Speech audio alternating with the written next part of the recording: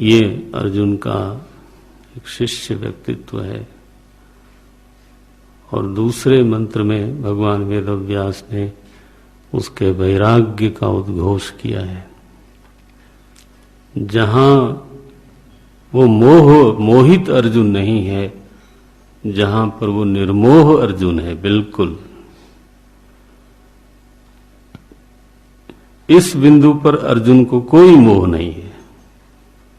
उसने जीवन में जांच कर ली, परीक्षण कर लिया, बार बार करके देखा और इस निर्णय पर पहुंचा है कि परिस्थिति चाहे शोभनतम हो, वो हमारे शोक के अपनयन में समर्थ नहीं है। कोई भी परिस्थिति उपयोगी हो सकती है, लेकिन लक्ष्य नहीं हो सकती।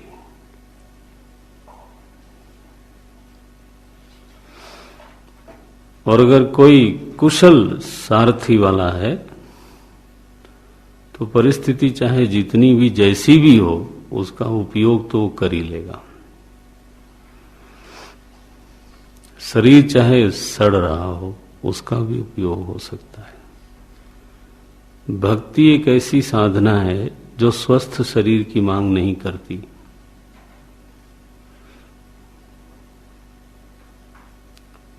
और सबसे दिव्य साधना है, मैं आपको निवेदन करूं, योग में ये सामर्थ्य नहीं है कि बीमार शरीर से योग कर लें आप और मंद बुद्धि से विचार साधना कर लें।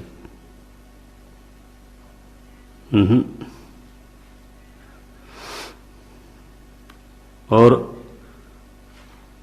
जीर्ण शरीर से कर्म की साधना कर लें। लेकिन भक्ति तो माँ है ना, तो वो बच्चे को कभी नहीं छोड़ती। इसलिए चाहे शरीर शैया पर हो, मैं ऐसे लोगों को जानता हूँ, देख चुका हूँ, 3-4 वर्ष रहे शैया पर और कभी उदास नहीं हुए।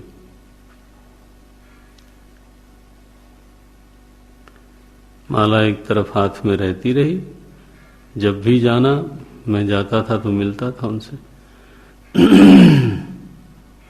आनंद है स्वामी जी, आनंद है। मैंने कहा कमाल है, ऐसी प्रेरणा मिलती थी। उनकी मर्जी, ऐसे बोलते थे, कभी उदास देखा नहीं, घर भरा पूरा। नरेंद्र के पिता की बात कर रहा हूं मैं। और वो गए बाथरूम में और उनकी पत्नी गई कुछ नाश्ता वास्ता लाने और फिर आए और फिर बेड पे ऐसे बैठे रहे। 3-4 साल तक सैया पर रहे। व्यक्ति कभी चर्चा नहीं करते थे दूसरी। तो भक्ति ऐसी साधना होती है जो की जा सकती है, ये न बोलना कि ना जी ना। इसलिए तो महात्माओं की परिभाषा मुझे अब जम गई। बोले शरीर वही स्वस्थ है जिससे भजन होता है। पहलवानी का नाम थोड़ो शरीर स्वस्थ है, उसके लिए थोड़ो आए हैं इस लोक में। चाहे जिस शरीर से भजन हो जाए वो स्वस्थ ही है, उसका सही उपयोग हो रहा है। और अगर वो नहीं हो रहा है तो चाहे आप जो भी हो, आप परम बीमार हो, असली बीमारी से ग्रस्त हो आप,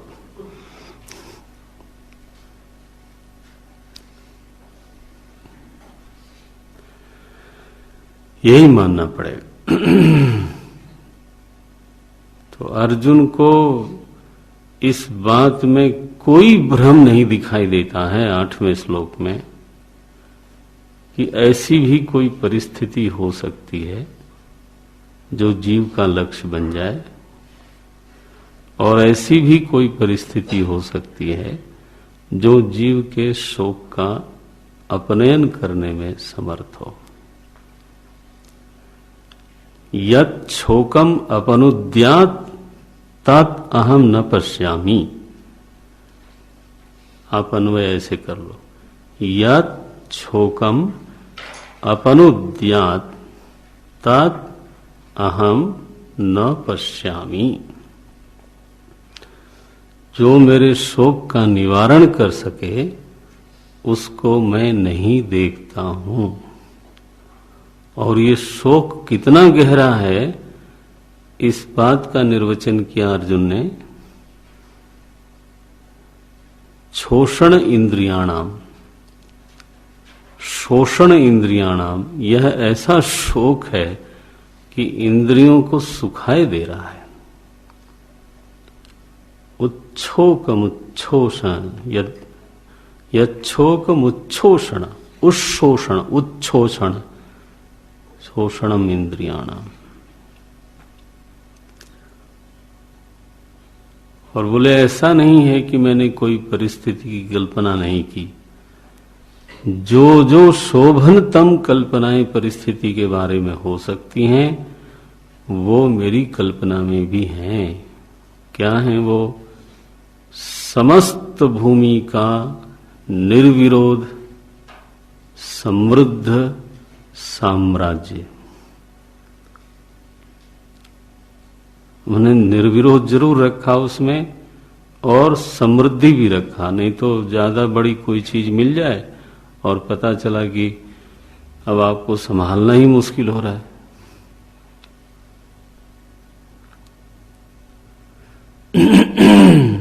तो ये कल्पना करिए। दूसरी कल्पना करिए, राज्यम सुराणाम च आधिपत्यम। तो इसको हम लोग तत्वबोध से पढ़ते चले आ रहे हैं। यहाँ मूत्रार्थ फल भोग विराग। वो अर्जुन की वाणी में वो व्यक्त हुआ है। इहलोक के सुख का वचन किया, अवाप्य भूमा व सपत्न वृद्धम, और परलोक के सुख का निर्वचन किया, राज्यम सुराणाम अपि चाधिपत्यम। तो वैराग्य है, विवेक है, कार्पण्य है, मोह की अनुभूति है, गुरु का वरण है और श्रेय की आकांक्षा है। इसका नाम है गीता शिष्य अर्जुन। यत् श्रेयस्यात्, ये नहीं कोई टेम्परेरी बात कहना, यह श्रेयस्यात् तन्निश्चितम ब्रूहि। तो श्रेयाकांक्षी है, ऐसा हमारा पूज्य अर्जुन है, प्रेरक अर्जुन है। ऐसा हमारा जीवन होना चाहिए।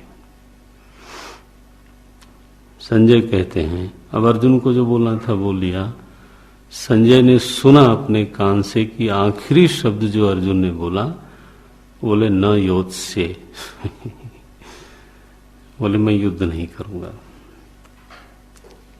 श्लोक देखिए क्या बोलते हैं। संजय उवाच एवं उक्त्वा गुडाकेशः एवं उक्त्वा ऋषिकेशम। हे परंतप, ये धृतराष्ट्र के लिए परंतप आया है। हे परंतप संबोधन विभक्ति है। संजय संबोधित किसको कर रहे हैं? धृतराष्ट्र को, कि वो तो अपनी वीरता के कारण शत्रुओं को तपाता है, लेकिन आपकी तो उपस्थिति मात्र पर्याप्त है।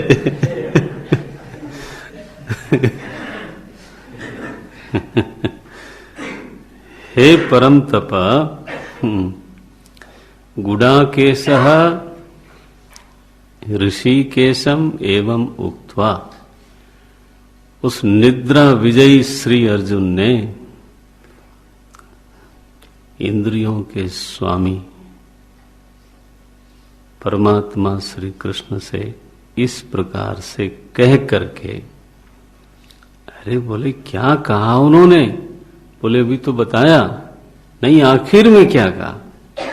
बोले आखिर में ये कहा, हे गोविंद, गोविंदम, गोविंदम उक्त्वा, ऋषिकेशम गोविंदम, दोनों का अर्थ एक ही होता है। गोविंद माने गवाम विंदती थी, गवाम इंद्रियाणाम, इंद्रियों का जो प्रापक है, इंद्रियां जिससे प्रकाशित होती हैं, जिससे जानी जाती हैं, यहां इंद्रियों में मन भी आता है।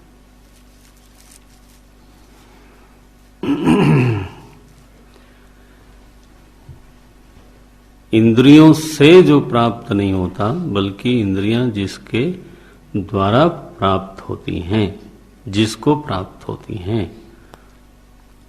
प्राप्त होने का अभिप्राय है प्रकाशित कर लेना, घेरे में ले लेना। तो उसका अर्थ होता है गोविंद, अंतर्यामी प्रभु इत्यर्थ, परम दृष्टा इत्यर्थ। और इसका एक अभिप्राय और होता है कि इंद्रियां अपने व्यापार से जिसकी सेवा करती रहती हैं, उसको बोलते हैं गोविंद। पुराण में ये नाम कब आया? जब भगवान ने गोवर्धन पर्वत उठाया और इंद्र मेघ वर्षा करके करके करके थक गए। अब सबके सामने वो शरण में कैसे आवे, तो वो निवृत्त हो गए। तो एक दिन भगवान गोचारण कर रहे थे वन में, अकेले अकेले एक तरफ चले गए थे। तब इंद्र आया उनकी शरण में कि महाराज हमसे बड़ी भूल हो गई, अब सबके सामने जाने में शर्म आ रही थी, तो अकेले में मैं आपके शरणागत हूं। उस समय कामधेनु को लेके आया था। तो इंद्र ने परमात्मा श्री कृष्ण को आसन दिया, अर्घ्यपाद्य दिया और कामधेनु ने उनका अभिषेक किया। तो गाय ने दिया ना, और गाय के दिए हुए को उन्होंने प्राप्त किया। तो उस दिन उनका नाम जंगल में पड़ा गोविंद। ये भगवान कृष्ण की अवतार के समय की एक लीला विशेष का नाम है।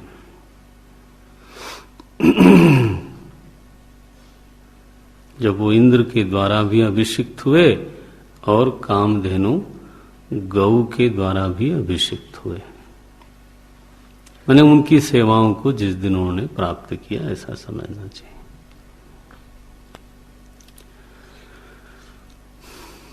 तो सर्वदेव नमस्कारम केशवम प्रति गच्छति। अंततः तो ये बात सही है कि चाहे जिस इंद्री में जो भी विषय समर्पित किए जाएं, अंततः वो जाते किसको हैं? मालिक साहब को, और किसको जाएंगे।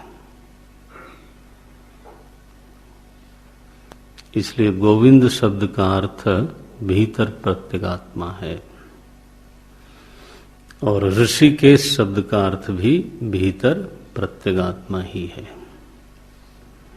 ऋषि का नाम माने इंद्रियाणाम ईशः इति ऋषिकेशः। तो संजय याद दिलाते हैं कि ये जगत गुरु सर्वांतर्यामी सर्वात्मा परमात्मा से जीव अर्जुन ने उक्त्वा एवं ऐसा कह दिया। क्या कहा? बोले न योत्स्य इति। इति शब्द जो है वो मात्रा की सूचक है।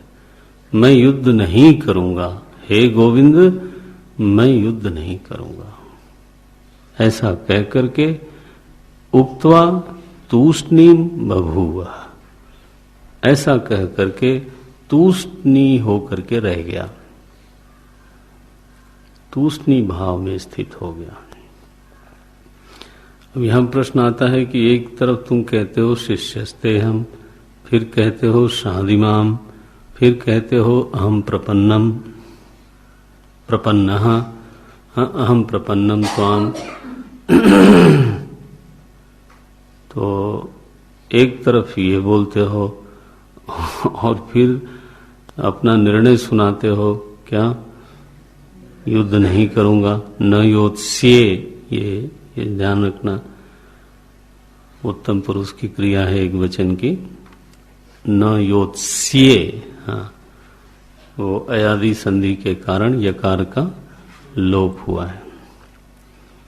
तो न योत्स्ये इति, अहम न योत्स्ये, मैं युद्ध नहीं करूंगा। इस पर एक बड़ी प्यारी मधुर सी टीका मैंने पढ़ी। बोले नवजात वत्स, बछड़ा, तो भूख लगती है तो वो दौड़ता है मां की ओर दूध पीने के लिए। नवजात है ना, लेकिन तो वो कई बार थन की ओर जाने की बजाय तो वो जाता है मुंह की ओर, अगली टांगों की ओर जाता है, मुंह उधर उधर करता रहता है। माने क्या कि उसको लगी है भूख, आकांक्षी है वो दूध का, और जाता किधर है? बोले विपरीत दिशा में। अर्जुन आकांक्षी है उपदेश का, आकांक्षी है मार्गदर्शन का, आकांक्षी है आज्ञा का, और बोलता क्या है? ठीक विपरीत।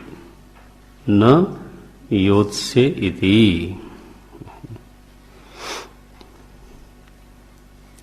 और उसी टीकाकार ने ऐसा लिखा कि कई बार ऐसा होता है कि बछड़ा दूध पीने की जल्दी में गाय की ओर दौड़ता है और बीच में ही गिर जाता है। तो उसका गिर जाना इस बात का सूचक नहीं हो सकता कि अब इसको दूध पीने की इच्छा नहीं है। वो तो इतना आतुर है कि वो लड़खड़ा के बीच में गिर गया। इसी तरह से अर्जुन मानो तो बीच में ही विमुख सा दिखता है, निर्णय करता हुआ सा दिखता है, लेकिन ये अर्जुन की लड़खड़ाहट है। यह जो न योत्स्ये वाक्य है, ये क्या है? अर्जुन की लड़खड़ाहट है। उसका मां की ओर दौड़ते दौड़ते गिर जाने जैसा है। ये टीका लिखी, बहुत ही प्यारी है। और बात भी सही है, क्योंकि भगवान को अगर ये पक्का ही होता कि इसने तो निर्णय सुना दिया तो फिर आगे उपदेश क्यों करते? वो उनको कोई खुजली थोड़ा हुई थी। नो। तो बोलते हैं, हे परम तप धृतराष्ट्र, एवं गुणाकेशः ऋषिकेशम उक्त्वा, ऊपर जो कहा गया है वो बोल करके, और फिर न योत्स्ये इति गोविंदम उक्त्वा, अंत में ये कह करके कि हे गोविंद, मैं युद्ध नहीं करूंगा। तूष्णीम बभूवः, धृतराष्ट्र तो बड़े उत्साहित हुए। बोले फिर इसके बाद क्या हुआ बताओ? बोले इसके बाद जो हुआ महाराज, वो मालिक साहब ने बोलना शुरू किया। हे भारत, ये भी धृतराष्ट्र का नाम है, भरत वंश में उत्पन्न होने के नाते भारत। तम उवाच ऋषिकेशः प्रहसन्निव भारत, सेनयोरुभयोर्मध्ये विषिदन्तम इदं वचः। हे भारत धृतराष्ट्र, तब तो जो हुआ वो अद्भुत हुआ। क्या हुआ? बोले सेनयोः उभयोः मध्ये, दोनों सेनाओं के मध्य में, विषिदंतम तम, याद कराता है, विषिदंतम तम, उस विषण्ण विषाद करते हुए शरणागत अर्जुन को, ऋषिकेशः इदं वचः उवाच, ऋषिकेश ने यह वचन कहा। और महाराज एक बात ध्यान रखना, कहते हुए वो मुस्कुरा रहे थे। प्रहसन्निव इदं वचः उवाच, प्रहसन्न इव, अट्टहास करके नहीं, इव किंचित हास्य के साथ, एक मंद मुस्कान के साथ हमारे गुरुदेव इसको टिप्पणी करते थे कि जैसे कोई मरीज को लगता है कि मेरा रोग बहुत ही असाध्य है, लेकिन कोई दक्ष कुशल डॉक्टर आया हो और उसने देखा, थोड़ा आला वाला लगाया और फिर प्रहसन निगाह, फिर वो मंद हास के साथ कहता है ठीक हो जाएंगे, डोंट वरी। जिस तरह से एक आत्मविश्वास से भरे हुए कुशल चिकित्सक के चेहरे पे मुस्कान खेल जाती है, स्वतः खेल जाती है, वैसे ही परमात्मा के मुखारविंद पर मंद हास्य विराजता है और मुस्कुराते हुए बोलते हैं, अर्जुन सुनो, लेकिन कल आज तो हो गया। वाह वाह वाह वाह।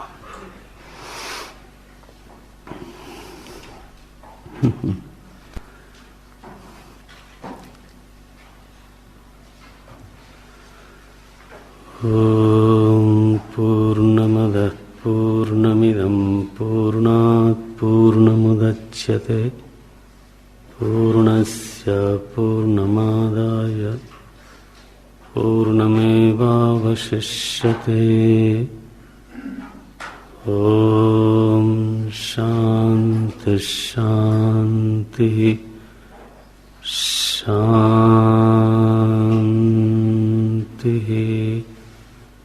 हरि ओम श्री गुरुभ्यो नमः।